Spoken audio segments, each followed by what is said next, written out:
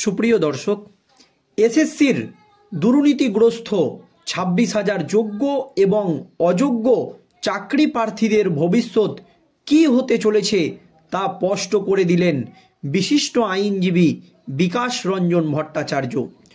তার পাশাপাশি সুপ্রিম কোর্টকে এক কথায় চরম বার্তা দিয়ে দিলেন বিকাশ রঞ্জন।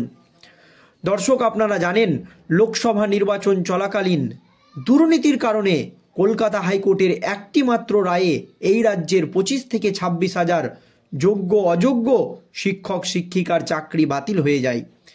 তাতে লোকসভা নির্বাচন চলাকালীন প্রবল অস্বস্তিতে পড়ে রাজ্যের শাসক দল তৃণমূল কংগ্রেস, বাংলার মুখ্যমন্ত্রী মমতা ব্যানার্জি। তারপর কলকাতা হাইকোর্টের সেই রায়কে চ্যালেঞ্জ করে মাত্র 24 ঘন্টার মধ্যে সুপ্রিম কোর্টের দ্বারস্থ হয় রাজ্য। তখনকার সুপ্রিম কোর্টের প্রাক্তন প্রধান বিচারপতি DY চন্দ্রচূড় কলকাতা হাইকোর্টের সেই নির্দেশে তড়িঘড়ি স্থগিতাদেশ দিয়ে দেয়। তাতে লোকসভা নির্বাচন চলাকালীন অনেকটাই স্বস্তি পায় রাজ্যের শাসক দল তৃণমূল কংগ্রেস, বাংলার মুখ্যমন্ত্রী মমতা ব্যানার্জি। তারপর জানেন আপনারা লোকসভা নির্বাচনে বাংলায় কেমন ফলাফল করেছে রাজ্যের শাসক দল তৃণমূল কংগ্রেস। এরপর থেকে এই 26,000 চাকরি বাতিলের মামলা সুপ্রিম কোর্টে বারবার উঠেছে, কিন্তু কোনো সময়ের অভাবে কোনো না কোনো কারণ দেখিয়ে, না হয়তো ষড়যন্ত্র করে একের পর এক দিন পিছিয়ে দেওয়া হয়েছে। কিন্তু কিছুদিন আগেই সুপ্রিম কোর্টের প্রধান বিচারপতি পদ থেকে অবসর নিয়েছেন DY চন্দ্রচূড়। এখন সুপ্রিম কোর্টের প্রধান বিচারপতি পদে বসেছেন সঞ্জীব খান্না।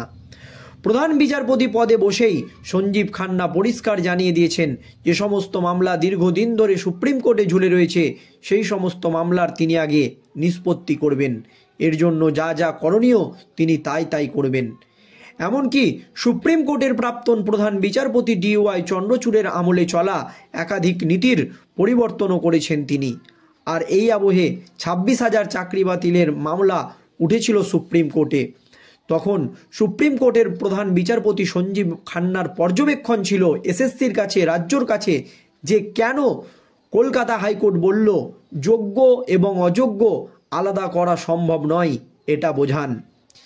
এই চ্যালেঞ্জ ছুড়ে দিয়েছিল সুপ্রিম কোর্টের প্রধান বিচারপতি সঞ্জীব খান্না এবং তিনি পরিষ্কার জানিয়ে দিয়েছিল রাজ্য সরকার এবং এসএসসি যদি যোগ্য অযোগ্যদের আলাদা করতে না পারে তাহলে এই 26,000 চাকরি বাতিলের যে মামলা সে পুরো প্যানেল বাতিল করা হবে। এক কথায় কলকাতা হাইকোর্ট যে নির্দেশ দিয়েছিল সেই নির্দেশই সঠিক বা সেটাই ঠিক, এমনও মন্তব্য করেছিল সুপ্রিম কোর্টের বর্তমান প্রধান বিচারপতি সঞ্জীব খান্না। কিন্তু সেদিনও এই মামলার সুরাহা হয়নি।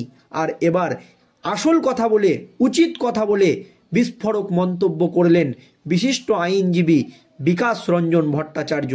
আর বিকাশ রঞ্জন ভট্টাচার্যের এই মন্তব্যের পর গোটা রাজ্য রাজনীতি তো বটেই, কম বেশি গোটা দেশ জুড়ে নতুন করে শোরগোল পড়ে গিয়েছে। কি মন্তব্য করেছেন তিনি দেখুন দর্শক। বিগত 2 বছর ধরে নিয়োগ দুর্নীতি মামলায় সরগরম গোটা রাজ্য। এরই মধ্যে গত এপ্রিল মাসে কলকাতা হাইকোর্টের নির্দেশে 2016 সালের এসএসসির সম্পূর্ণ প্যানেল বাতিল করায় এক ধাক্কায় চাকরি বাতিল হয়েছে মোট 26,000 জনের। এর মধ্যেই এই মামলা জল গড়িয়েছে দেশের সর্বোচ্চ আদালত সুপ্রিম কোর্ট পর্যন্ত। এবার এই নিয়োগ দুর্নীতি মামলায় 2016 সালের সম্পূর্ণ প্যানেল বাতিলের নির্দেশ সংক্রান্ত এই মামলা শুনবে সুপ্রিম কোর্টের প্রধান বিচারপতি সঞ্জীব খান্না।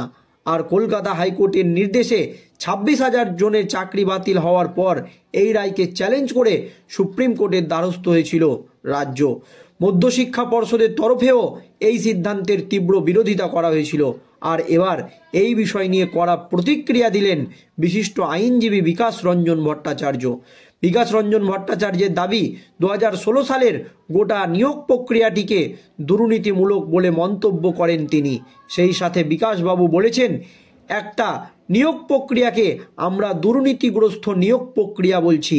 এই নিয়ে অনেক তর্ক বিতর্কের পর শেষ পর্যন্ত কলকাতা হাইকোর্টের বিচারপতি দেবাংশু বসাক সরকারের নেতৃত্বাধীন ডিভিশন বেঞ্চ জানিয়েছে গোটা প্যানেল বাতিল করতে হবে।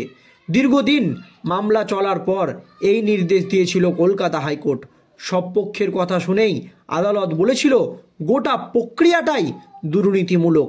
আর এই দুর্নীতিমূলক প্রক্রিয়ার মধ্যে কে সঠিক চাকরি পেয়েছে আর কে বেআইনি সেটা বাছাই করবে কে?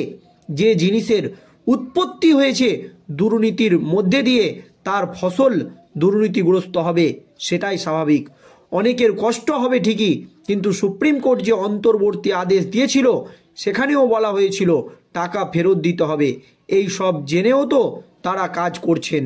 অন্যদিকে যোগ্য প্রার্থীদের একাংশ ইতিমধ্যেই বিজেপির রাজ্য সভাপতি সুকান্ত মজুমদারের সঙ্গে দেখা করেছেন। এই নিয়ে বিকাশ রঞ্জন ভট্টাচার্য প্রশ্ন তুলেছেন, সুকান্তবাবু কি চাইছেন দুর্নীতিমূলক এই নিয়োগ প্রক্রিয়ায় প্রধানমন্ত্রীর হস্তক্ষেপে সুনীতিতে পরিণত হোক, নাকি বিজেপির বিভিন্ন রাজ্যে যেমন দুর্নীতি হচ্ছে সেই রকমভাবে বাঁচানোর চেষ্টা করছেন? স্পষ্ট কথা বলতে আপত্তি কোথায়? যে প্রক্রিয়াটি দুর্নীতিমূলক সেটি বাতিল করা হোক, পরীক্ষা হোক। অসুবিধা কোথায়? যারা যোগ্য তারা ঠিক যোগ্যতার পরিচয় দিতে পারবেন, এর মধ্যে তো অসুবিধার কিছু নেই, এমনই মন্তব্য করেন বিকাশ রঞ্জন ভট্টাচার্য। সবশেষে বিকাশবাবু জানিয়েছেন সুপ্রিম কোর্ট কি বলে সেটা এখন দেখার। একই সাথে তিনি মনে করিয়ে দিয়েছেন ইতিপূর্বে এমন অনেক মামলায় সুপ্রিম কোর্টের নির্দেশে অনেকের কেরিয়ার নষ্ট হয়েছে কিংবা চাকরি বাতিল হয়েছে। বিকাশবাবুর কথাই সুপ্রিম কোর্ট বলেছে যে কে টোকাটুকি করেছে আর কে টোকাটুকি করেনি তা কিভাবে নির্ণয় করবেন? আসলে 2016 সালের প্যানেল তো নেই। জানা যাচ্ছে আগামী 7ই জানুয়ারি অর্থাৎ নতুন বছরে সুপ্রিম কোর্টের প্রধান বিচারপতি সঞ্জীব খান্না এবং বিচারপতি সঞ্জয় কুমারের ডিভিশন বেঞ্চে এই চাকরি সম্পর্কিত মূল মামলার শুনানি হতে চলেছে। তার আগে বিকাশ রঞ্জন ভট্টাচার্য পরিষ্কার বলে দিলেন যে 2016 সালের পুরো প্যানেলটাই নেই। তাহলে প্যানেল না থাকলে কিভাবে বোঝা যাবে কে দুর্নীতি করে চাকরি পেয়েছে আর কে সুনীতি করে চাকরি পেয়েছে? এক্ষেত্রে তার দাবি পুরো প্যানেলটাই বাতিল করা হোক। যারা যোগ্য তারা ঠিক পরীক্ষা দিয়ে তাদের যোগ্যতা প্রমাণ করবেন এবং চাকরি পাবেন, আর যারা অযোগ্য তারা বাদ হবেন। এমনই মন্তব্য করেন বিকাশ রঞ্জন ভট্টাচার্য এবং তিনি পরিষ্কার জানিয়ে দেন সুপ্রিম কোর্ট এর আগেও এই সংক্রান্ত একাধিক গুরুত্বপূর্ণ মামলার রায় দিয়েছেন। এছাড়াও তিনি বলেছেন বিজেপির রাজ্য সভাপতি সুকান্ত মজুমদারকে কটাক্ষ করে যে আপনি কি চান এই নিয়োগ দুর্নীতিকাণ্ডে প্রধানমন্ত্রী হস্তক্ষেপ করুক এবং দুর্নীতিটা সুনীতিতে পরিণত হোক? দর্শক এই নিয়ে আপনাদের মতামত জানান।